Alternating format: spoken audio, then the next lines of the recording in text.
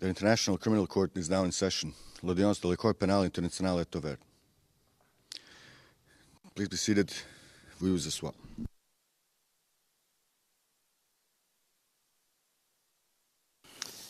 Good morning. Good morning, Mr. Le président, bonjour, monsieur le témoin. Bonjour.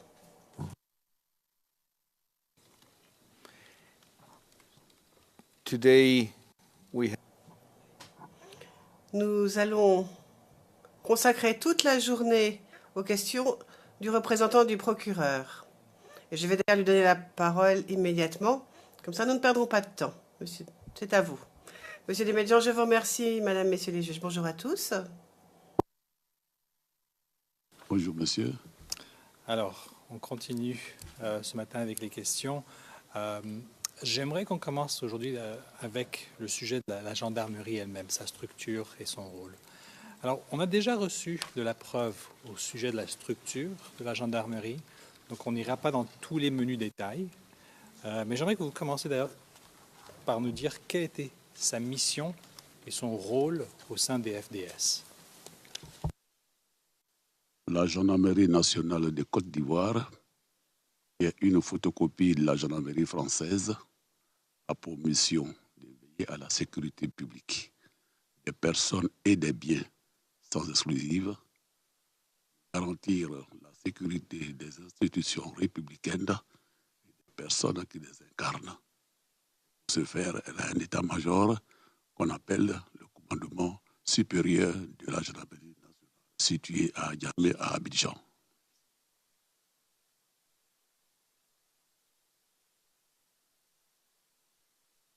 Je vous remercie. Donc, dans son rôle que vous venez de nous dire, je m'excuse un petit instant, mon écran fait défaut. D'accord. Donc, vous venez de nous dire son rôle à veiller à la sécurité publique. Donc, où se situe la gendarmerie au sein des forces de maintien de la paix? Quel est son rôle au sein de ce rôle de veiller à la sécurité publique? Nous avons dans nos institutions 3 forces. Une force de première catégorie, qui est la police nationale. Une force de deuxième catégorie, qui est la gendarmerie nationale. Une force de troisième catégorie, qui sont les armées terre, mer et marine.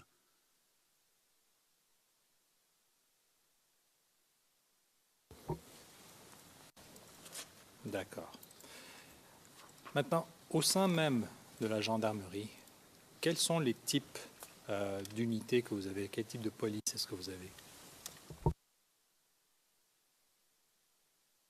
La gendarmerie a 2 subdivisions. La gendarmerie dite départementale, depuis lors ça a changé. Maintenant on l'appelle gendarmerie territoriale et la gendarmerie mobile.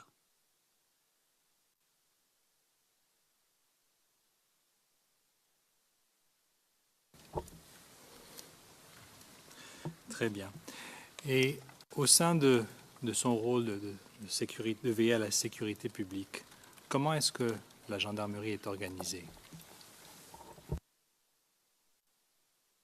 Comme je vous l'ai dit, en tant que militaire, nous raisonnons en termes de mission. Donc la gendarmerie départementale, hier, territoriale aujourd'hui, s'occupe des questions de police administrative, de police judiciaire et de police militaire. Quant à la gendarmerie mobile, elle s'occupe de l'instruction de son personnel, des services de rétablissement et de maintien de l'ordre et des honneurs aux autorités nationales ou étrangères de passage.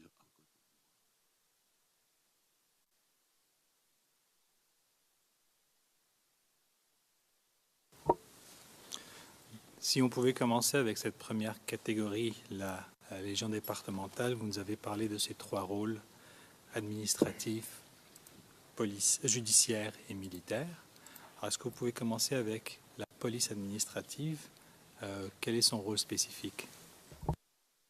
La police administrative, c'est de veiller à la sécurité empêcher, autant que faire se peut, la commission d'infraction. Et quand l'infraction est commise, nous passons à la phase de la police judiciaire qui consiste à rassembler les preuves, à établir des procédures et à les envoyer au parquet militaire ou civil selon les situations.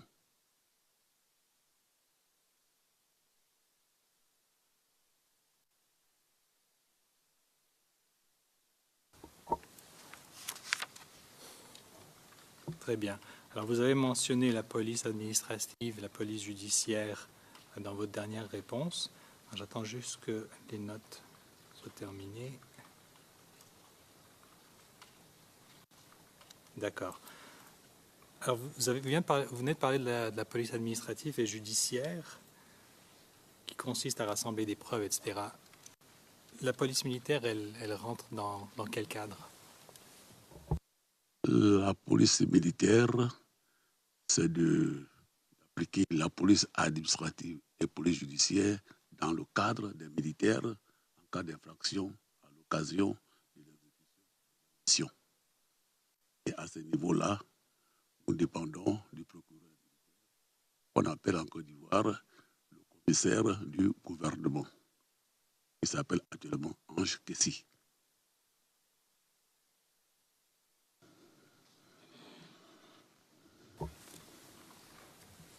J'ai un peu du mal à voir la distinction entre police judiciaire et militaire. Est-ce que vous pouvez nous aider un petit peu là-dessus? Je vous ai donc dit que nous agissons sur les civils aussi. Mais quand un militaire commet une infraction, les enquêtes relèvent de la gendarmerie nationale.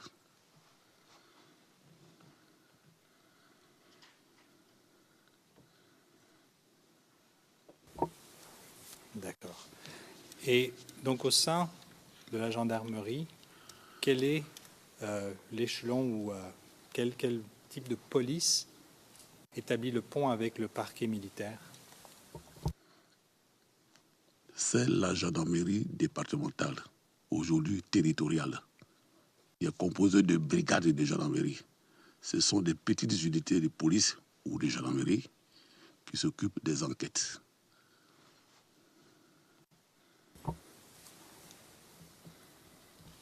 D'accord. Est-ce que ces unités qui font enquête, est-ce qu'elles font partie de la police judiciaire ou de la police militaire, ou bien elles font simplement partie de la légion départementale? Est-ce qu'il y a une distinction? C'est ce que j'essaie de comprendre. La gendarmerie a un fonctionnement très simple. La gendarmerie départementale ou territoriale se compose donc de compagnies.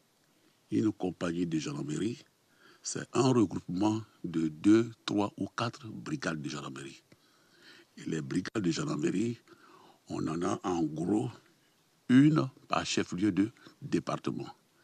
Et c'est dans ces territoires, dans ce ressort-là, que la gendarmerie, à travers sa brigade, exécute ses missions traditionnelles de police.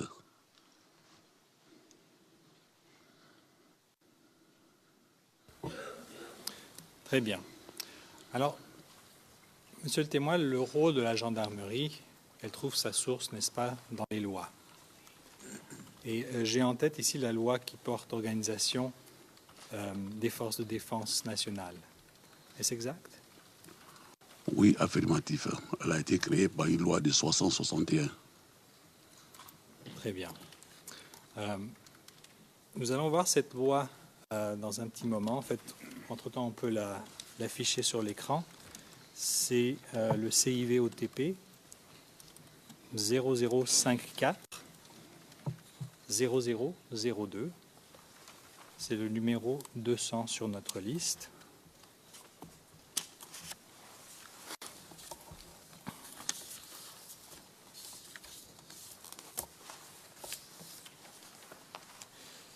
Et donc, je vais juste voir s'il apparaît à l'écran.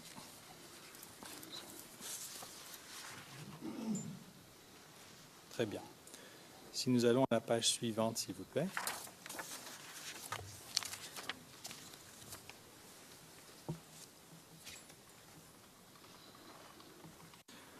si on agrandit un petit peu pour voir le titre qui est surligné.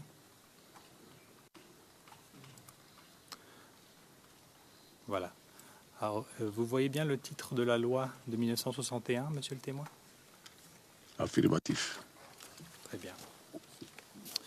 Alors, si on va un petit peu à la droite de l'écran, s'il vous plaît, je vais vous demander de vous concentrer sur l'article 7, qui débute cette section des responsabilités à l'échelon national. Alors, tout d'abord, vous voyez ici que l'article 7 indique que le président de la République, chef des armées, dirige et coordonne la politique de la défense.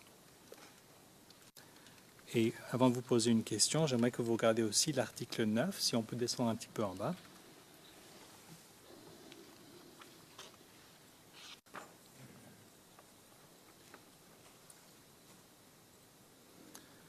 Vous voyez ici que le ministre de la Défense est responsable, sous l'autorité du président de la République, de l'exécution de la politique militaire et en particulier de l'organisation, de la gestion et de la mise en condition d'emploi et de la mobilisation, etc. Donc, cette infrastructure de départ, on voit le président, on voit le ministre de la Défense, est-ce qu'elle était applicable en l'an 2010? Cela n'a pas changé. J'aimerais qu'on tourne à la page qui termine avec le chiffre 0005 et qu'on zoome sur l'article 18 en haut à gauche, s'il vous plaît.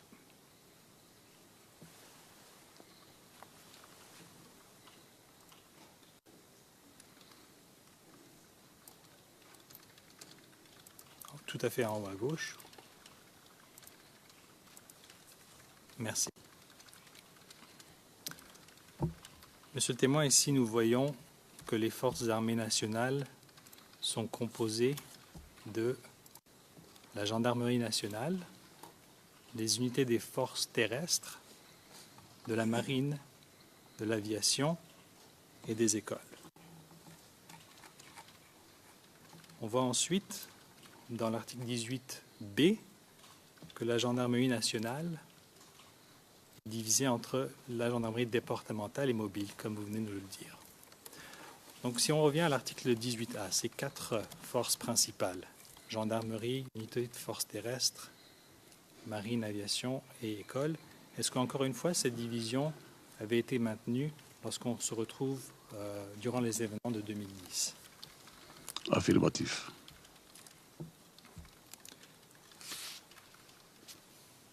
Et si nous allons à droite, à l'article 22, et on descend un petit peu, s'il vous plaît.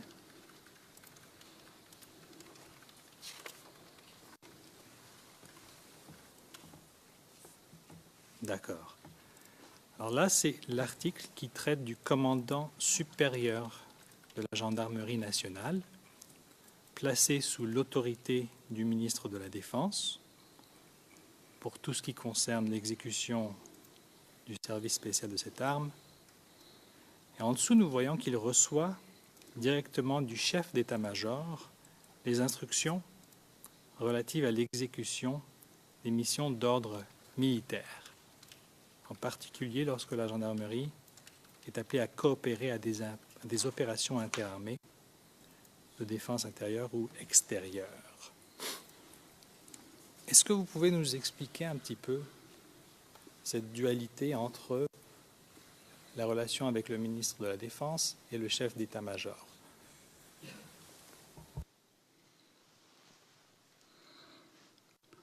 À mon avis, il n'y a pas de dualité.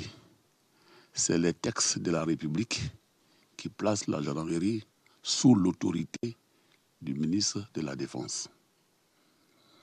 Quant au chef d'état-major, les mêmes textes de la République stipulent, en cas de crise ou d'événement grave, le chef d'état-major est responsable de la planification opérationnelle. À ce titre, les autres forces maintiennent à sa disposition les moyens humains et les moyens matériels. Deuxième cas de figure, nous avions à l'époque ce qu'on appelle la coopération avec la France. À ce niveau-là, dans le cadre des mises à niveau opérationnelles de nos unités, il se faisait annuellement ou tous les 2 ans, selon les périodes, des exercices entre l'armée française et l'armée ivoirienne. Et en ce moment-là, la coordination se fait entre le chef d'état-major des armées et l'état-major français.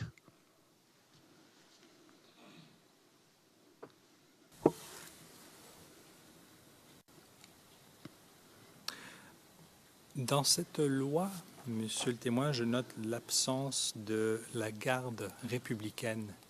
Est-ce qu'elle faisait partie des forces de défense et de sécurité?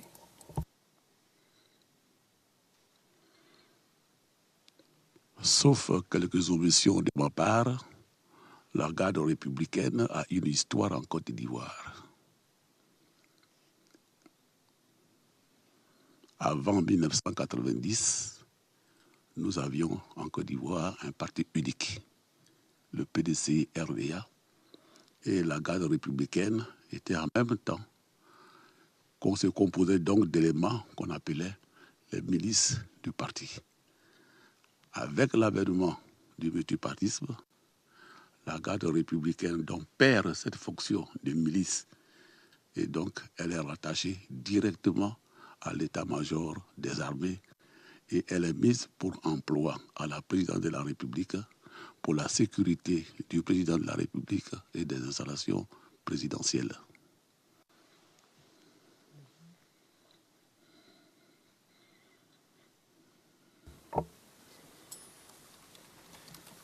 Merci pour cette clarification, Monsieur le témoin. Maintenant, lorsqu'on parle de la gendarmerie, des soldats, des hommes sur le terrain, ils sont de quel type? Est-ce qu'ils sont de la police, de l'armée? C'est quel genre de membres que vous avez, des éléments que vous avez au sein de la gendarmerie?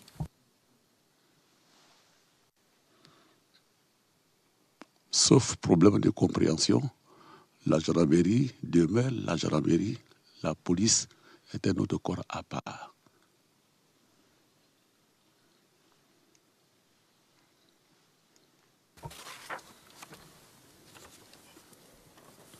Très bien. Alors, nous avons parlé tout à l'heure des différentes polices au sein de la gendarmerie, entre autres de la police militaire. Est-ce que vous pouvez nous dire un petit peu quels sont les textes ou les lois qui se trouvent à la base du travail ou des travaux de la police militaire?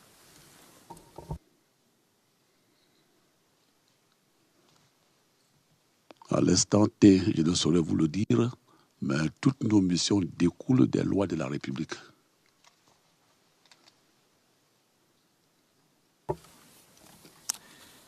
Est-ce que vous êtes familier avec un décret de 96 portant sur le règlement de service de discipline générale dans les forces armées nationales?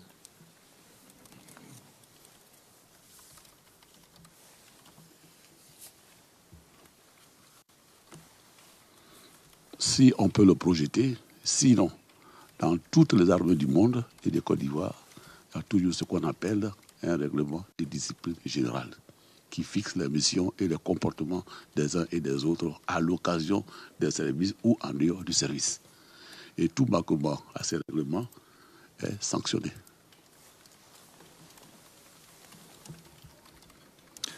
Nous pouvons l'afficher pour votre bénéfice, Monsieur le témoin. C'est le numéro 202 sur notre liste, CIVOTP 0054 0119.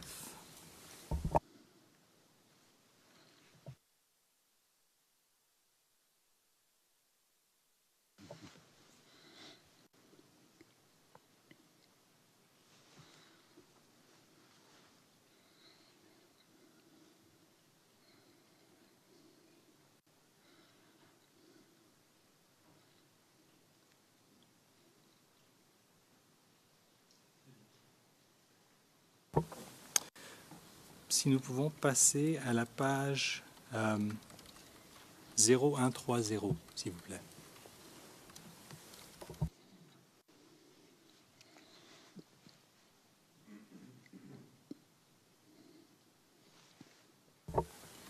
Oui. Si on agrandit un petit peu, en haut à gauche.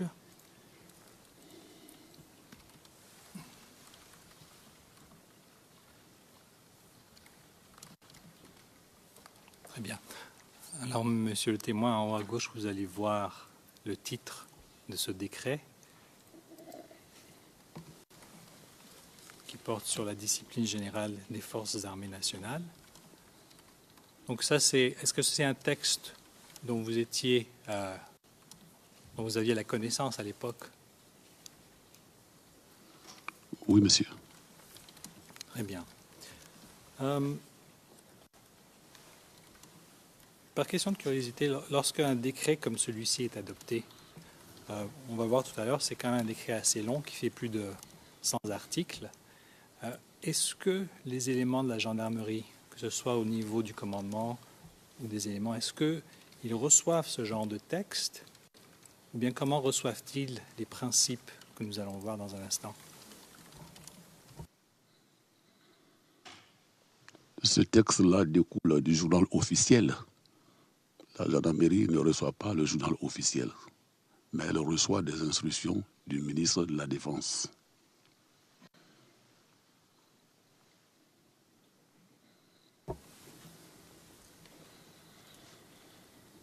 Très bien. Et ces instructions viennent dans quel format?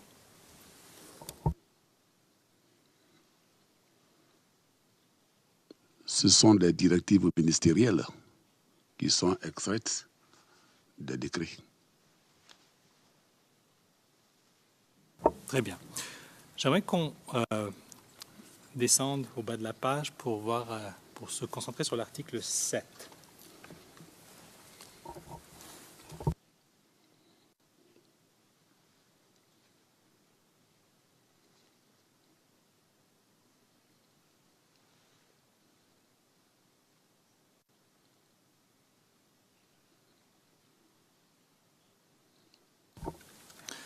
Très bien. Dans cette section, nous voyons à l'article 7 que le titulaire d'un grade a le droit et le devoir de faire respecter les règles de discipline par tous les militaires placés après lui dans l'ordre hiérarchique, même s'ils ne relèvent pas directement de son autorité.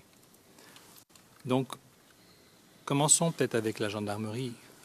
Le devoir de faire respecter les règles de discipline, comment est-ce que le commandant supérieur s'assure que ce principe est mis en vigueur? Cet article en lui-même est le fondement des armées, car la discipline fait la force principale des armées. Donc, tout chef, à quelque niveau qu'il se situe, a l'impérieux devoir de faire respecter la discipline.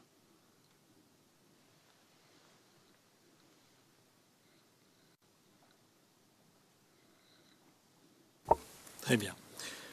Est-ce que nous pouvons aller à l'article 35, s'il vous plaît?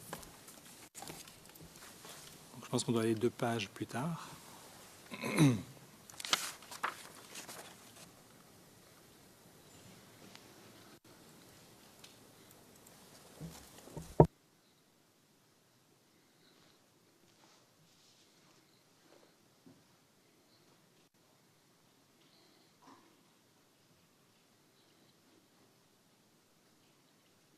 Merci. Alors, monsieur le témoin, l'article 35 qui traite de l'autorité d'un chef. Et la deuxième phrase traite du fait que le chef doit exiger de ses subordonnés une obéissance entière et permanente. Alors, de façon concrète, comment est-ce que ce principe est appliqué? En tout cas, pour la gendarmerie, tous les ordres que nous donnons à nos subordonnés doivent être conformes à la loi.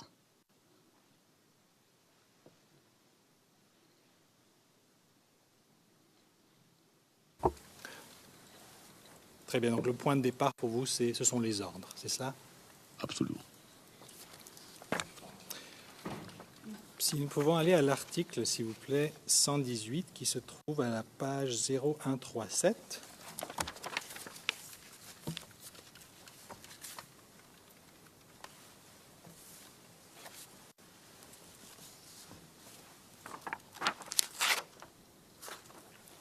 Très bien.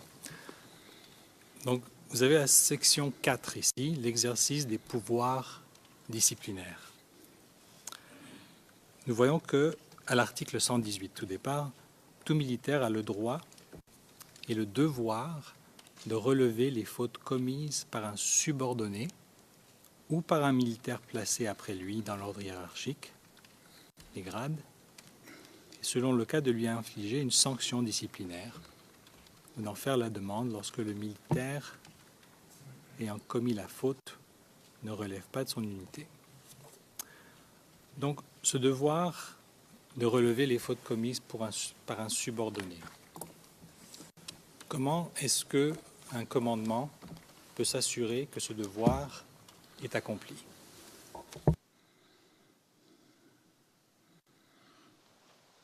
La commission d'une faute est physique. Un militaire qui est en retard au travail, c'est une faute. Un militaire qui n'est pas dans la tenue réglementaire est une faute. Un militaire qui fait une procédure qui n'est pas conforme à la règle, c'est une faute. Et le chef a le droit d'observer tout cela et d'appliquer des sanctions, soit par un avertissement verbal, écrit, disciplinaire, ou traduire l'intéressé devant les tribunaux militaires.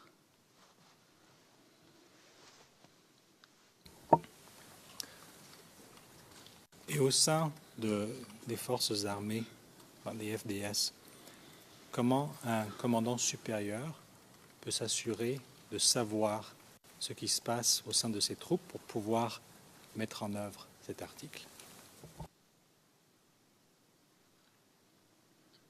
Le commandant supérieur de la gendarmerie n'a pas d'action directe sur les forces armées.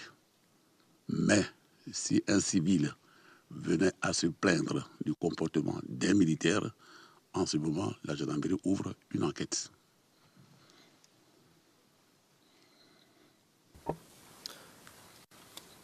Nous y reviendrons dans un instant sur la question des enquêtes.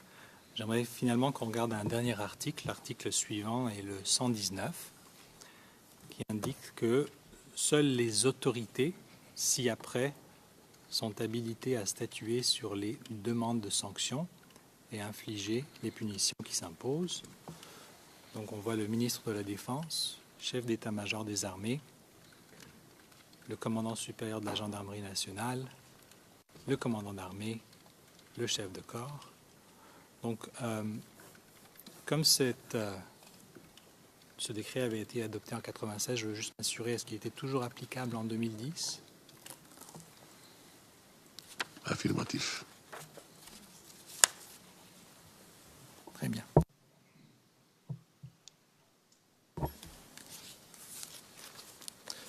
Alors, parlons justement des enquêtes, monsieur le témoin. Comment est-ce que la gendarmerie est saisie pour enquêter dans son rôle de police judiciaire et de police militaire? La gendarmerie nationale, dans son rôle de gendarmerie départementale, a des unités qu'on appelle les brigades, qui sont sur l'ensemble du territoire national. Tout citoyen a le droit d'aller à la brigade pour signaler tout fait qui semble lui être préjudiciable. Et en ce moment-là, le gendarme ouvre une enquête, en rend compte, bien sûr, au procureur de la République de la localité. Et l'enquête est ouverte.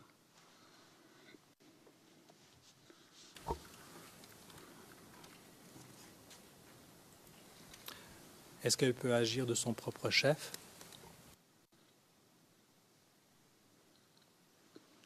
Répondez la question, s'il vous plaît.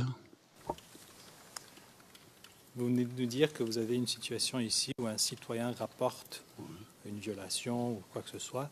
Est-ce que la gendarmerie peut aussi agir de son propre chef? Oui, dans notre mission de police administrative, à savoir empêcher la commission des infractions, si nous sommes en face d'une infraction, nous sommes obligés d'agir.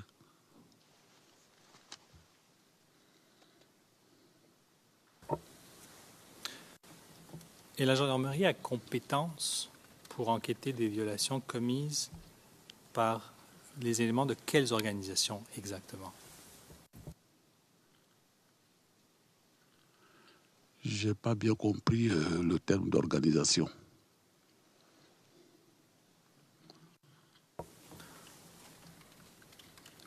Alors, ce sont des violations de qui? La gendarmerie peut enquêter les violations de qui exactement? Des civils, des militaires ou... De tous les citoyens, qu'ils soient militaires ou civils. Et lorsqu'on parle de militaires, est-ce que cela se limite à certaines catégories de militaires? Ou bien est-ce que ça s'applique à tout? Ça s'applique à tous les militaires, y compris de la gendarmerie. D'accord. Et si une violation est commise par un membre de la police nationale, est-ce que cela change quoi que ce soit ou bien est-ce que le même principe s'applique? La police dépend de la police. Si nous sommes informés d'une infraction, nous saisissions la police pour dire voilà, un tel fait a été imputé à un agent de police, à eux d'engager la procédure qui convient.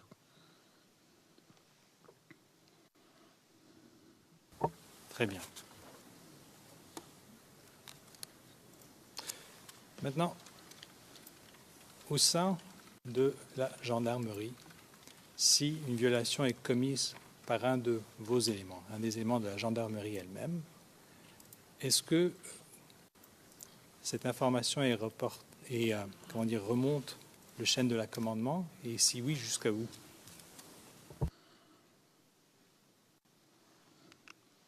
La gendarmerie est un corps fortement hiérarchisé.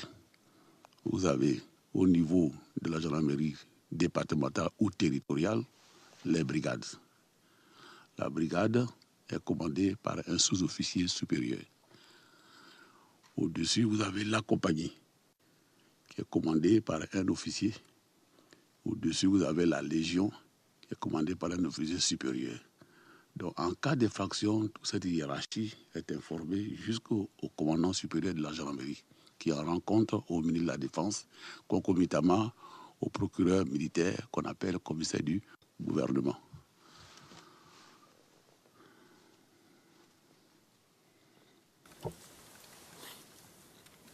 Très bien, monsieur le témoin. J'aimerais qu'on passe à la structure de la gendarmerie en l'an 2010. Alors, comme je le disais encore une fois tout à l'heure, nous avons reçu quand même pas mal de preuves sur la structure, donc je n'irai pas dans tous les menus détails, mais commençons donc avec votre cabinet. Donc, vous êtes le commandant supérieur de la gendarmerie. Tout d'abord, votre siège se trouve où en 2010? Au plateau. Et de façon plus précise, où exactement au plateau? En face de la préfecture de police d'Abidjan. Pas loin des tours administratives. Pas loin du ministère de l'Intérieur.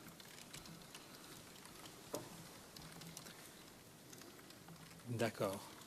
Est-ce que vous pouvez nous expliquer quels sont vos collaborateurs, vos adjoints au sein de votre cabinet?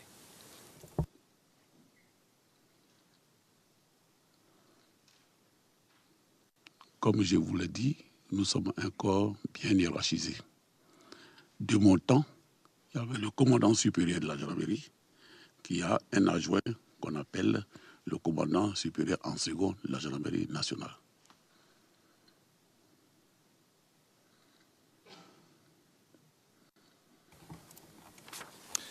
Et ce commandant en second en 2010, il s'agissait du général Afro, n'est-ce pas? Oui, du général Afro Yao Raphaël, aujourd'hui admis à faire valoir ses droits à la retraite. Vous aviez un chef de cabinet aussi, n'est-ce pas? Affirmatif. J'ai un chef de cabinet qui s'appelait le colonel Adou Donga Deni, encore en activité. Et donc au niveau du commandement, quels sont vos autres collaborateurs, ou bien vos autres adjoints ou associés? Disons, mes collaborateurs, ce sont des chefs de bureau.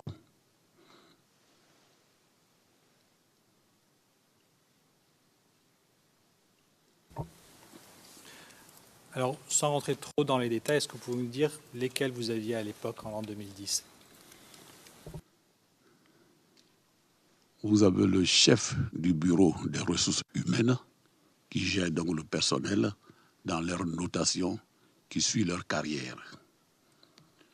Vous avez un chef du bureau organisation emploi qui s'occupe de l'instruction des gendarmes. Vous avez un centre administratif et technique de la gendarmerie, disons, c'est ce bureau-là qui gère toutes les questions de matériel, d'équipement et de finances. Ce sont les principaux. D'accord.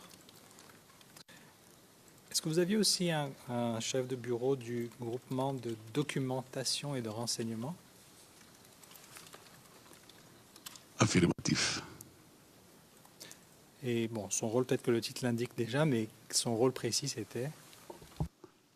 C'est le recueil des informations et du renseignement. Enfin, un renseignement, une information qui a été vérifiée et recoupée devient un renseignement.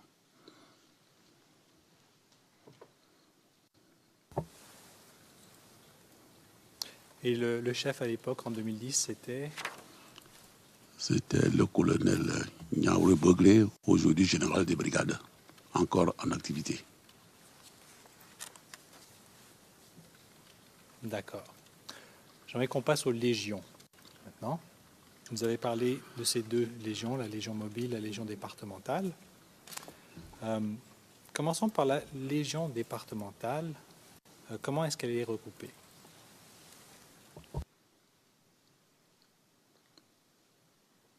Nous avons une légion départementale ou territoriale à Abidjan. Nous avions une légion mobile à Abidjan. Nous avons une légion tout court à Yamoussoukro. Nous avons une légion à San Pedro. Puisque à l'époque, notre pouvoir ne s'exerçait que sur le tiers sud du pays.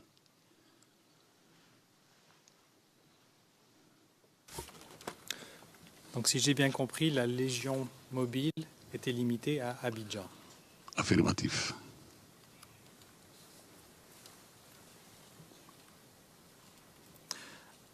La Légion départementale à Abidjan, elle était...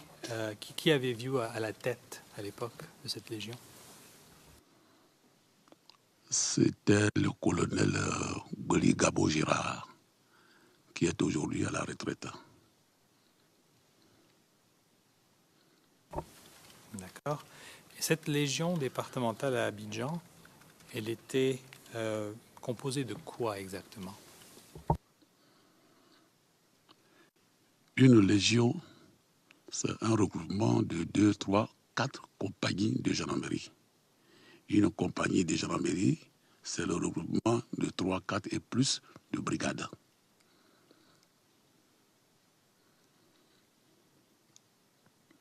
D'accord. Lors de votre entrevue en 2011, vous souvenez-vous avoir préparé un petit croquis de cette structure de la gendarmerie? Je n'ai pas bien compris la question. Très bien. Est-ce que vous vous rappelez avoir préparé ou remis aux enquêteurs un croquis ou de la structure de la gendarmerie lors de votre entrevue en l'an 2011? Je ne me le rappelle pas. Si on pouvait afficher à l'écran le 0004 0335, qui est le numéro 16 sur notre liste.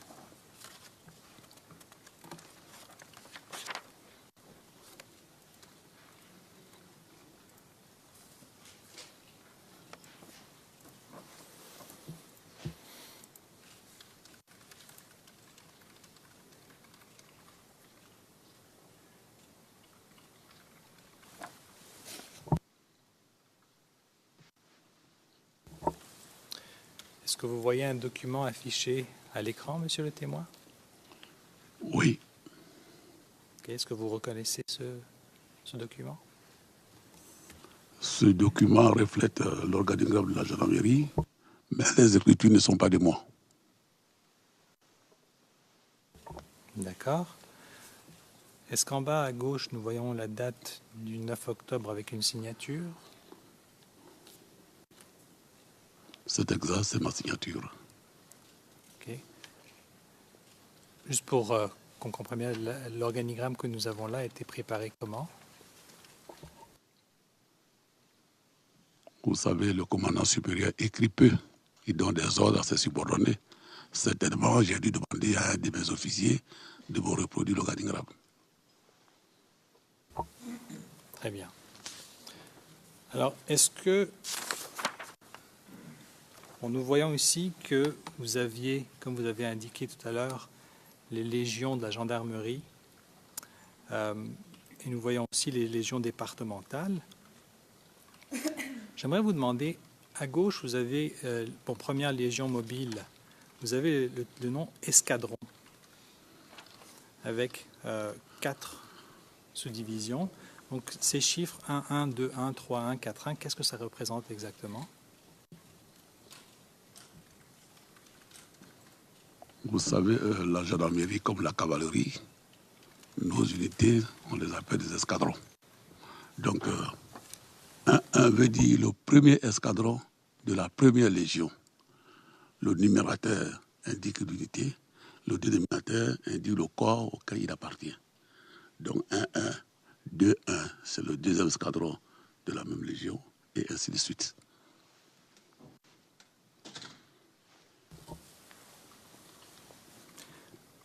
Merci. La première légion mobile, qui était à la tête de cette légion en 2010? Ce devait être le commandant Akandri, ensuite au Bougado. Akandri est actuellement attaché de défense de Côte d'Ivoire, près de l'ambassade de Côte d'Ivoire en Afrique du Sud. Au Bougado est encore en fonction, mais ailleurs.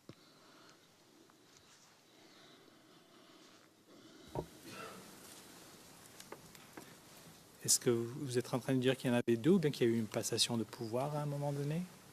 Une passation de pouvoir. Ça s'est passé quand? Oh, de la même année. Très bien. Donc, nous voyons ces 4 escadrons de la Légion mobile. Est-ce que vous pourriez nous dire qui étaient les commandants à la tête de ces 4 escadrons? Ça va vraiment difficile, à moins que vous ayez l'organigramme, que vous le projetiez, s'il vous plaît, pour que je me souvienne des noms. Peut-être qu'en vous posant la question comme ça, c'est un peu difficile, mais pour vous rafraîchir, commençons par Agban. Est-ce que vous vous rappelez du commandant de l'escadron d'Agban en 2010? Son visage me revient, mais le nom m'échappe. Celui de Yopougon? Oui, je me rappelle, ça devait être le capitaine, le commandant Koukounion. Celui d'Abobo? Ça devait être, toute proportion gardée, le capitaine ou le commandant Obenere. D'accord. Et celui de Koumassi? Ça devait être... il y a eu beaucoup de changements, hein, mais ça devait être le capitaine Lobognon, je crois, Lobognon.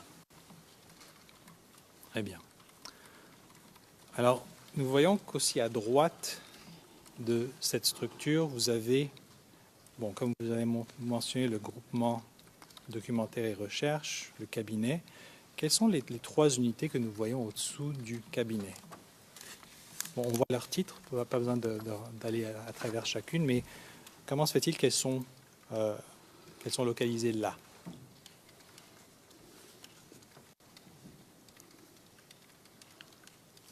Avant que je n'accède à la tête du commandement supérieur de la gendarmerie, il a existé une unité qu'on appelait le GIS, le groupe d'intervention et de sécurité, qui regroupait ces 3 unités que vous voyez en bas du cabinet. Quand je suis arrivé donc, j'ai mis en parenthèse ce groupe-là pour rattacher ces 4 unités-là au cabinet.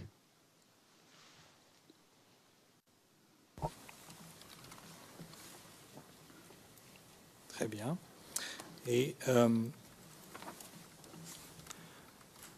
dernier ici s'appelle Groupe d'escadron de la Gendarmerie nationale GEBGN. C'est cela?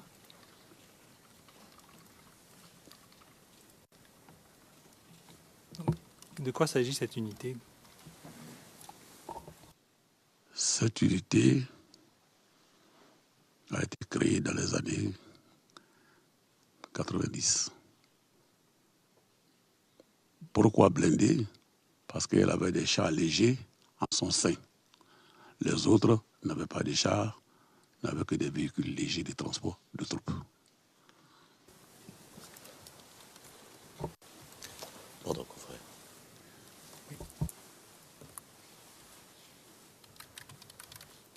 Maître Altit. Merci, Monsieur le Président. Pardon, confrère, de vous avoir interrompu.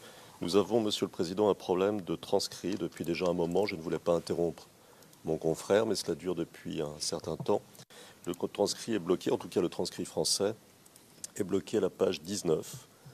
Et cela remonte déjà à il y a un certain nombre de minutes. Alors peut-être faudrait-il mieux attendre que les transcrits apparaissent avant de continuer. Yes, I ask the... Le président, oui, je vais poser la question à la greffière d'audience qui est déjà en train de gérer le problème. Monsieur le Président, merci. Alors, les transcrits semblent la transcription semble avoir repris, mais avec un trou, le trou dont je vous parlais. C'est-à-dire qu'il n'y a pas tout ce qui s'est dit depuis 7-8 minutes à peu près.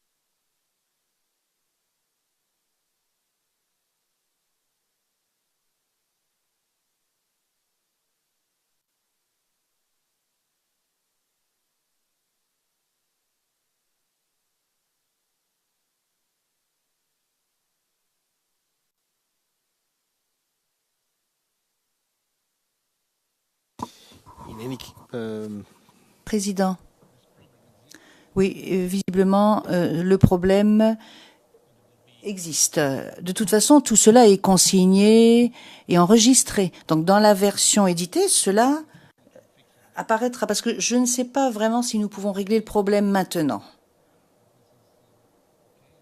Est-ce que cela vous sied, Maître Altit? Parce que de toute façon, nous nous assurerons que le compte-rendu d'audience soit absolument complet une fois que la version éditée sera publiée. Pour le moment, nous ne savons pas exactement où réside l'erreur, d'où vient l'erreur, parce que le technicien qui s'occupe de ce type de problème n'est pas ici, il est ailleurs. C'est que nous puissions disposer de ce qui a été dit en fin de journée, de manière à pouvoir préparer le contre-interrogatoire. Pas plus tard, lorsque les transcrits définitifs auront été rédigés, mais dans les transcrits édités, c'est-à-dire les transcrits qui sont faits au fur et à mesure. Tant que nous l'avons pour préparer le contre-interrogatoire, ça va, c'est bon. La greffière d'audience, je viens d'être informée que la partie qui fait défaut dans le compte-rendu d'audience en français sera insérée dans la version éditée plus tard.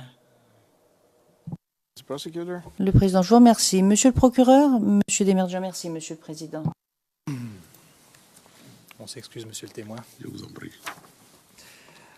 Vous avez mentionné le mot blindé il y a un instant. Alors, c'est ce qui me posait un petit peu problème parce que je ne la voyais pas sur le croquis.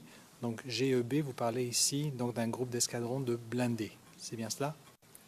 Groupe d'escadron blindé de la gendarmerie nationale. Très bien. OK. Alors, et ça, c'est, juste pour être parfaitement clair, ça, c'est la structure qui était en place en l'an 2010? Affirmatif. D'accord. Est-ce que vous rappelez, grosso modo, quels étaient les effectifs totaux de la gendarmerie, donc avant le début des élections, en octobre 2010?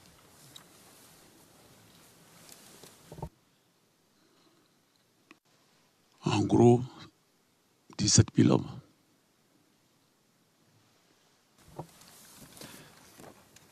J'aimerais vous montrer un document qui émerge de la gendarmerie. Si on peut afficher le 0044 0057.